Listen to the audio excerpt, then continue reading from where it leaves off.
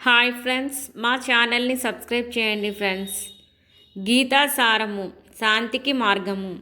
మిత్రమా, ఎందుకు బాధపడుతున్నావు? అయ్యిందేదో అయ్యింది, పోయిందేదో పోయింది.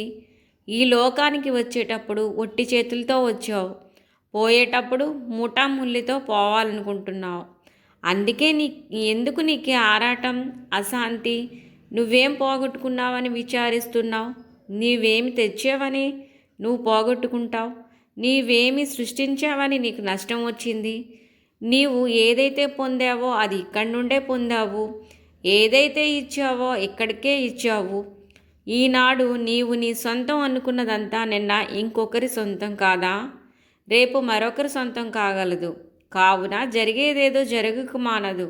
అనవసరంగా ఆందోళన పడకు. ఆందోళన అనారోగ్యానికి మూలం.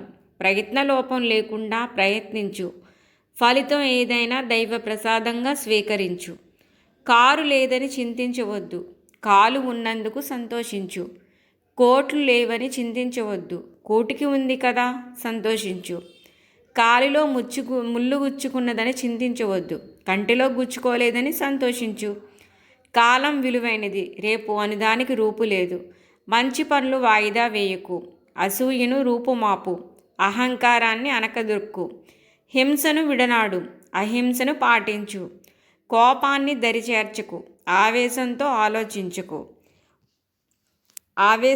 ఆలోచించకు. ఉపకారం చేయలేకపోయినా అపకారం తలపెట్టకు.